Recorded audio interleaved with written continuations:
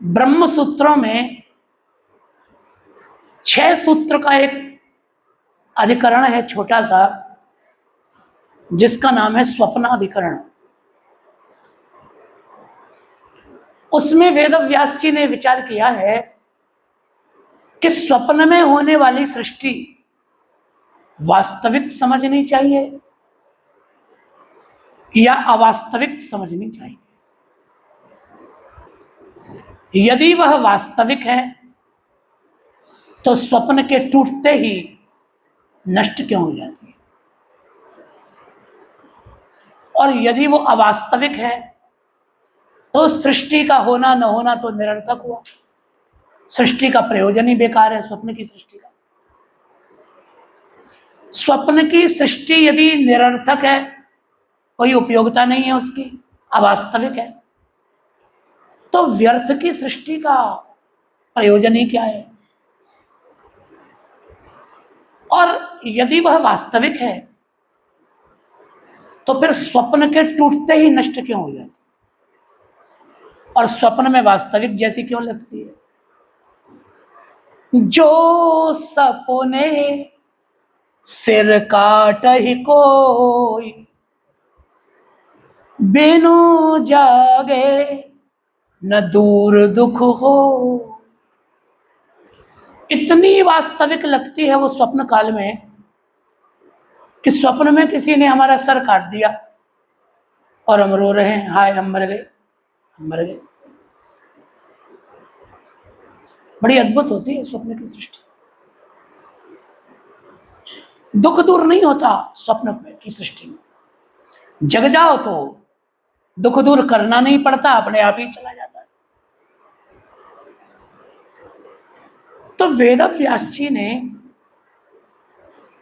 स्वप्न सृष्टि की अर्ध सत्यता मानी है, आधा सच आधा झूठ ऐसा माना। क्यों? तो कहा ऐसे तो सृष्टि की, स्वप्न की सृष्टि का कोई महत्व तो नहीं है, वो मिथ्या ही है। स्वप्न सृष्टि मिथ्या ही है। सपने होई भिखारी नृप, रंक नाक पति होय, जागे लाभ न हानि कछु, तिमि प्रपंच जिय जो। एक राजा ने सपना देखा कि वो सपने में भिखारी हो गया, और एक भिखारी ने सपना देखा कि वो इंद्र हो गया, स्वर्ग का राजा बना दिया उसे। दोनों बड़े प्रसन्न सपने में, एक दुखी एक सुखी। राजा बड़ा दुखी कि भिखमंगे हो गए हम तो, और भिखारी बड़ा सुखी, आहा इंद्र बन गए। और जैसे ही सपना टूटा, राजा की कोई हानि नहीं हुई और भिखारी का कोई लाभ नहीं हुआ, तब तो व्यर्थ ही है वो। तो मिथ्या है इस अर्थ में। लेकिन वेदव्यास कहते हैं कि स्वप्न की सृष्टि का प्रयोजन है, उपयोग है, इसलिए उसे अर्ध सत्य मानना चाहिए। क्या है वह उपयोग?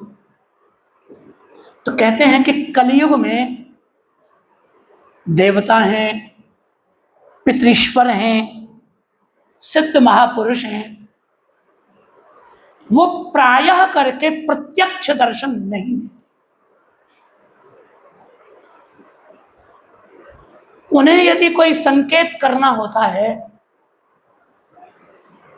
तो वो अपने अनुयायी को, अपने भक्त को स्वप्न के माध्यम से अपनी इच्छा का संकेत करते हैं।